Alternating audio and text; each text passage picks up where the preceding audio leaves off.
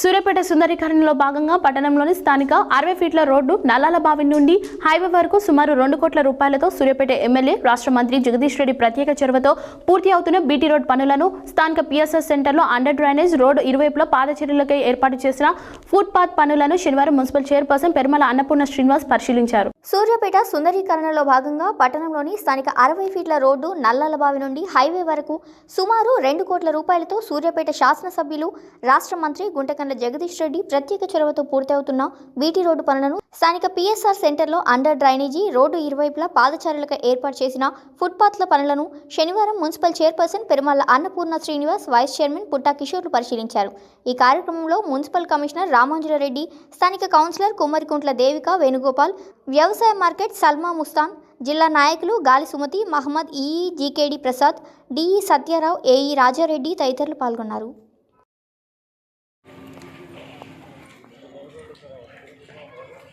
Karthik